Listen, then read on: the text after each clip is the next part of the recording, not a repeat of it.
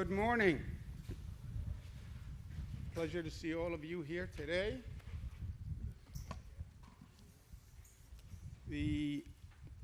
Let's talk about where we are today. First, on the facts first, total number of hospitalizations is down. That's good news. The rolling average of hospitalizations is down. That's good news. The intubations are down. And the new cases are up a little bit on the rolling average, but all part of the decline. So that's all good news. Number of deaths ticked up, which is terrible news, but the overall line is still good. And the 109 families that lost a loved one, they are in our thoughts and prayers. What does a governor do on Memorial Day weekend? People ask me all the time, what do you do? So what does a governor do on Memorial Day weekend? You go to the beach. That's what a governor does. And he brings his friends. And I'm here with my friends today from the far right, Gareth Rhodes, to my immediate right, Melissa DeRosa, Secretary to the Governor, to my left, Robert Mahica, Budget Director for the great state of New York, and Dr. Jim Malatras, who is not a real doctor, but he likes to be called doctor. So we're at the beach. Beaches in New York State, state beaches are open. Jones Beach, the Sunken Meadow Beach, Hither Hills, Robert Moses Beach. Campgrounds, RV parks open tomorrow, and we're excited about that. We remind all New Yorkers to be smart in what they're doing. We're now decidedly in the reopening phase, and we've been following the numbers from day one, not emotions, following the science, not the politics. This is not a political ideology question. This is a public health question. It's about a disease, stopping the spread of the disease, and that's science. It's not politics.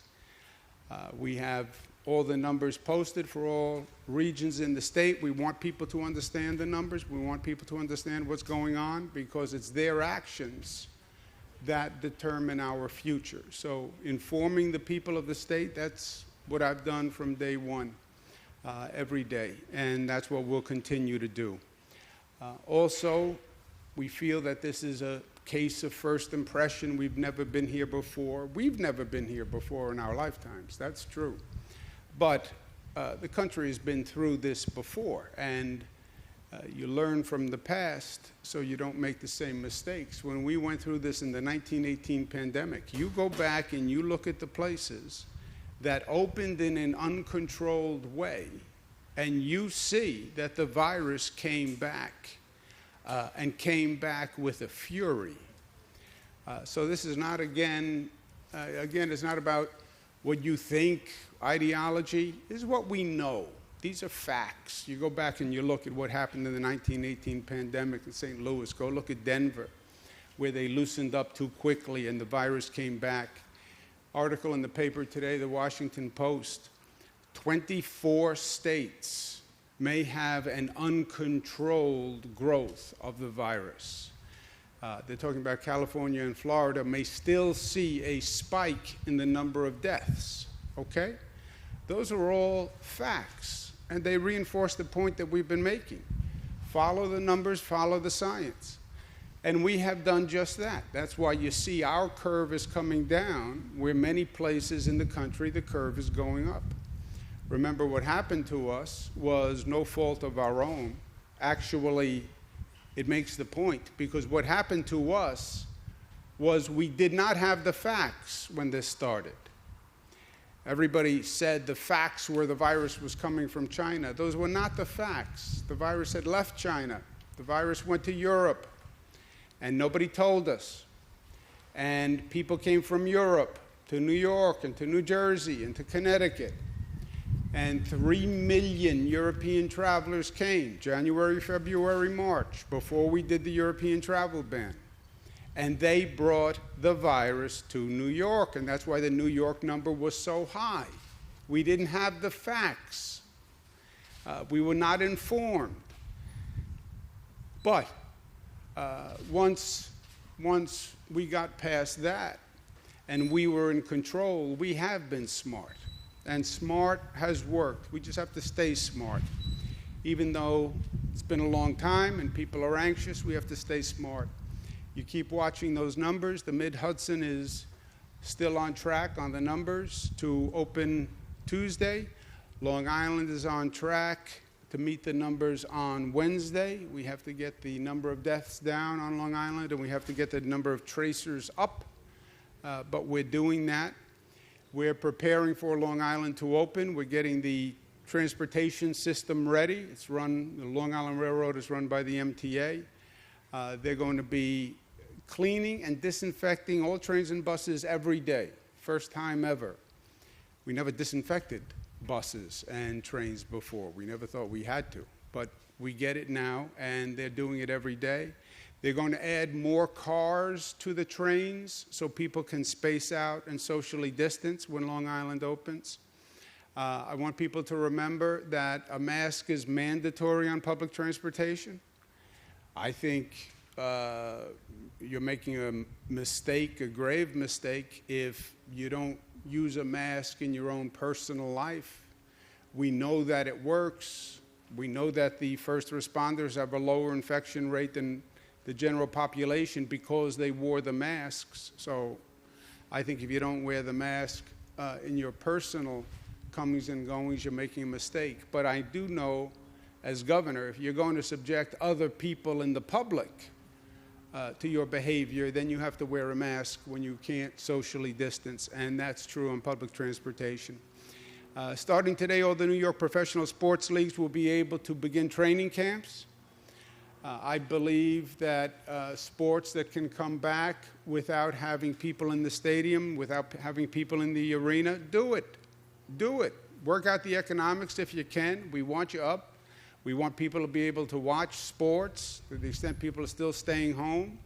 It gives people something to do. It's a return to normalcy. So we are working and encouraging all sports teams to start their training camps as soon as possible, and we'll work with them to make sure that can happen. All veterinarian practices will begin on Tuesday. That's a service that is necessary and has been necessary for a period of time. That'll start on Tuesday. And I want people to remember that there are people who have paid a very high price. Everybody's paid a high price for what we've gone through. Some people have paid an extraordinarily high price. You have people who literally don't have enough to eat. The demand on food banks has skyrocketed. That's true all across the state. It's true here on Long Island, and we encourage people who want to make donations, philanthropies that want to make donations, to make them for the purpose of food banks. You know, this is a period where it gets very basic. Do you have housing, and do you have food, right? And let's make sure no New Yorker goes hungry. Also, as we go forward, we've been talking about the light at the end of the tunnel, and we're dealing with the today and the here and now, but we also have one eye on the future. And when we finish getting through this, which we are, we have to start talking about building back better, not just building back better. Same attitude we had here on Long Island after Hurricane Superstorm Sandy devastated Long Island. I said, I don't want to just replace what was. We went through too much pain. We learned too much just to replace what was. Let's build back better, a new power grid, new, more resilient homes, new, more resilient roads, so when Mother Nature comes back, and she'll come back with a fury, we're in a better position because we learned from Superstorm Sandy. Let's do the same thing here. What do we really think? This is the last time we're going to have a public health emergency? Does anyone really believe this is the last time? Like Superstorm Sandy? Well, it's a once in 500-year flood. Yes, sure, once in 500 years. It happens 3 times a year now. This can't be once in 500 years. There are new rules. I believe there's going to be another public health emergency. Different virus, this virus, some other public health emergency. Learn from this, build back better. We asked Eric Schmidt who is a former CEO, executive chair of Google, who is very good at seeing issues and seeing possibilities, to chair a commission for us to look at this situation and say, how do we learn from this and how do we prepare going forward? And we've put together a commission that's going to work with him that represents all aspects of the state, all aspects of the economy. But I want them to get to work. I want them to come up with ideas. And let's make sure that we're better for what we've gone through. And start preparing for a new chapter in this saga. We're writing history in New York. We're writing history in America. That's what we're doing. We're writing history for a whole modern-day governmental and societal response. Chapter 1 was dealing with the emergency, stabilizing the health crisis. That was chapter 1. We have just about completed chapter 1. We've started chapter 2, which is reopening after you have stabilized the health crisis. And we're starting to write chapter 2. Chapter 3, which we're going to begin preparing for soon, is rebuilding and recreating the economy. I don't believe this economy just bounces back. I don't believe it's going to be enough just to go back to where the economy was. Too many small businesses have closed. You'll see many of these corporations are going to use this as an opportunity to lay off workers. I believe that. Many businesses will have gone through this period where workers were at home, they had fewer workers, they used more technology, and they're going to decide, well, we don't need as many workers. That's going to happen. You'll have people who decide, I don't want to go back to work. I'd rather stay home and do it from home. So we're going to need to stimulate that economy. And government has a role to play in that. It always has. How does government stimulate and lead the way to these new economic opportunities? How does that Eric Schmidt Commission come up with new ideas that we can jumpstart to grow the economy? That's what the next chapter is going to be about. It's going to be about government working with the private sector, working with businesses to jumpstart the economy, to stimulate it, to get some big projects going that get the business sector engaged and confident and believing once again, gets people into a position where they'll invest once again because they believe in the economy. Build new airports, which makes this nation more competitive. That's what we're doing at LaGuardia. That's what we're doing at JFK. This nation hasn't built a new airport in 25 years. When are you going to start? Now's the time to start. How do you improve the mass transit system? How do you rebuild all these roads and bridges that have been failing for so long? Everybody talks about it. Nobody's done a darn thing. How about new technology for education? How about new telemedicine? We learned not everybody has to show up at the doctor's office. Well, let's invest and build that new healthcare system. We talk about a new healthcare system that can do testing and tracing and has surge capacity in hospital beds. Let's build that new public health system and let government get ahead of it and let government lead the way. New York State has led the way in so many difficult times in history. New York was the first. I'm not just saying that as a New Yorker. There they are, those arrogant New Yorkers. Read the history books. Read where FDR came up with his great ideas. He used New York as a laboratory when he was governor, and then he brought them nationwide. But we were the first. We started it first, and people looked to New York for guidance and for example. And New York was bold and was creative. They talk about the New York energy, the New York mojo. Yes, that is New York. We did things that other people didn't think could be done. And we did it over and over and over again. We're at Jones Beach today. Jones Beach is indescribably beautiful. Yes. It's also something else. It was a tremendous feat of ambition and vision meeting competence. Jones Beach, built by Robert Moses. You know what's funny about Jones Beach when he started to build Jones Beach? There was no beach. There was no beach.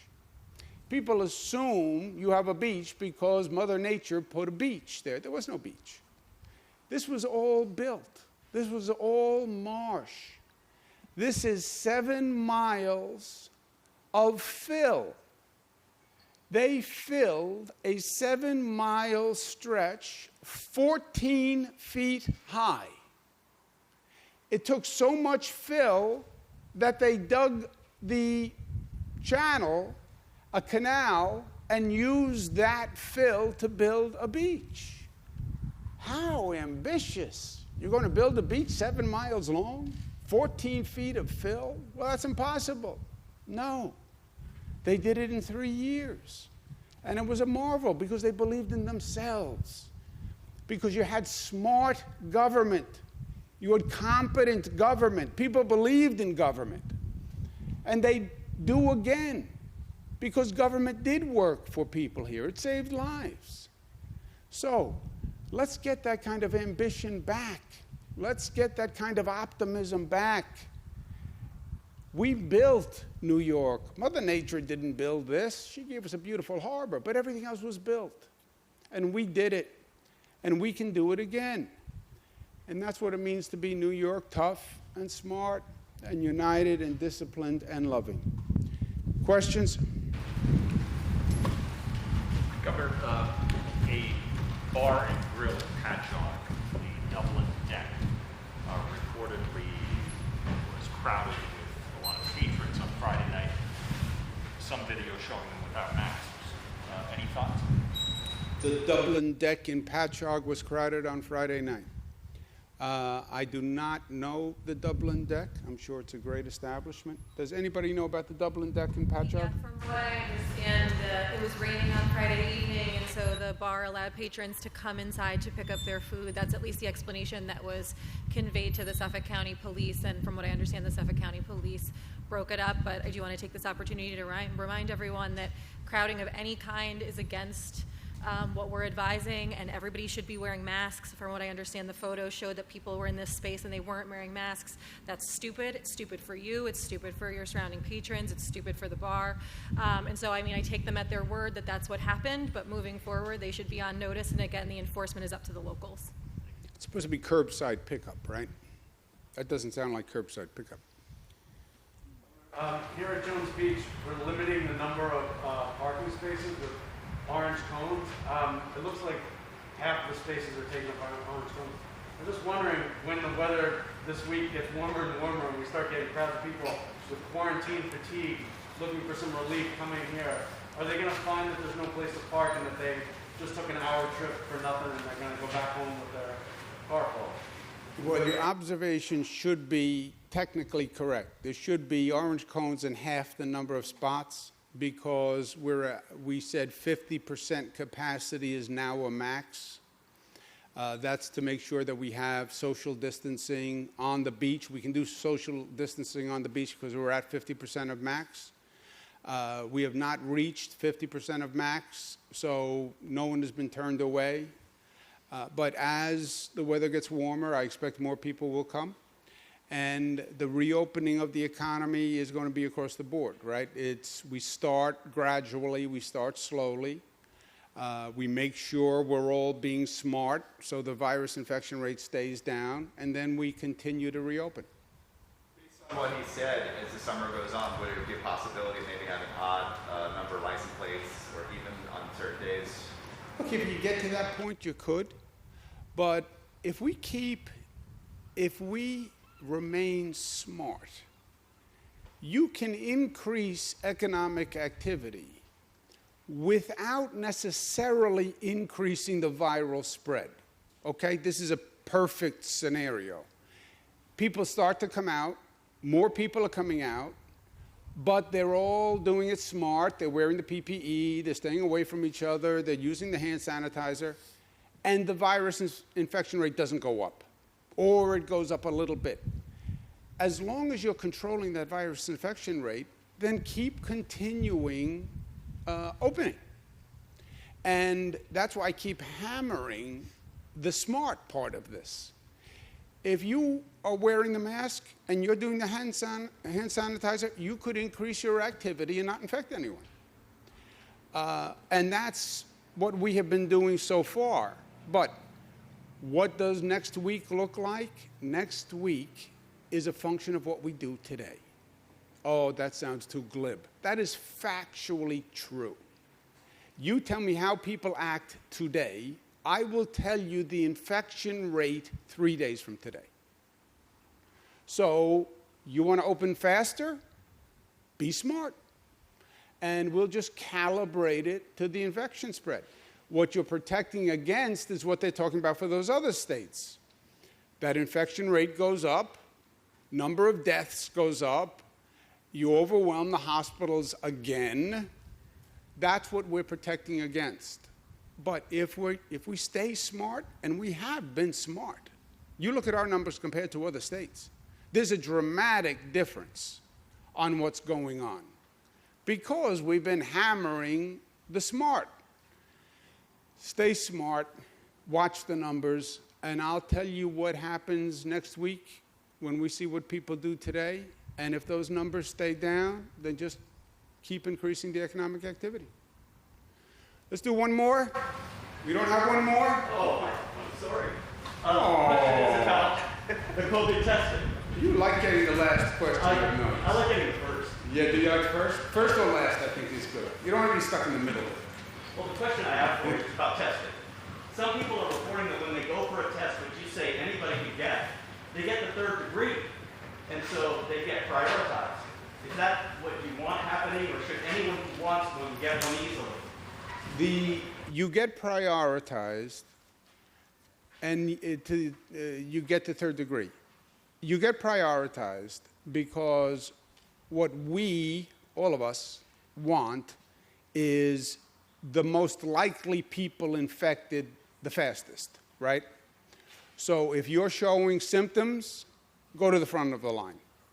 If you know you were in contact with a COVID positive person, go to the front of the line because we're really worried about you. And if you're infected, I don't want any delay. I want you to know right now so you can isolate and we can start the contact tracing. Third degree, yeah, we want to know where you were, what makes you think you were infected, how old you are, because getting that data is very helpful to us. We're now focusing on where the cases are coming from. And where do you live? I live in Nassau. Where in Nassau? What community? Are you an essential worker? Have you been working? Yes or no? Just to give us data. It's all private, but we want to get the data so we know where is the infection coming from so we can really, like a laser beam, focus on those areas. What if someone's being denied or saying, no, not you, not yet? That's not the situation we're in. We have extra capacity. We have drive-ins. I just passed one. We can do 15,000 tests a day. We're only doing 5,000 tests a day. So it's not that we're at a capacity level. We have more capacity for the public than we are now using. And that's why I keep encouraging people to come out. But yes, there's a prioritization. If I think you're positive, and there's a likelihood you're positive, I want to get you tested by 1 p.m. So you're isolated at 1:20, and you don't infect anyone else, right? It's all about keeping that infection spread number down. All right? Let's enjoy Memorial Day weekend. Thank you all very much for taking the time. Thank you.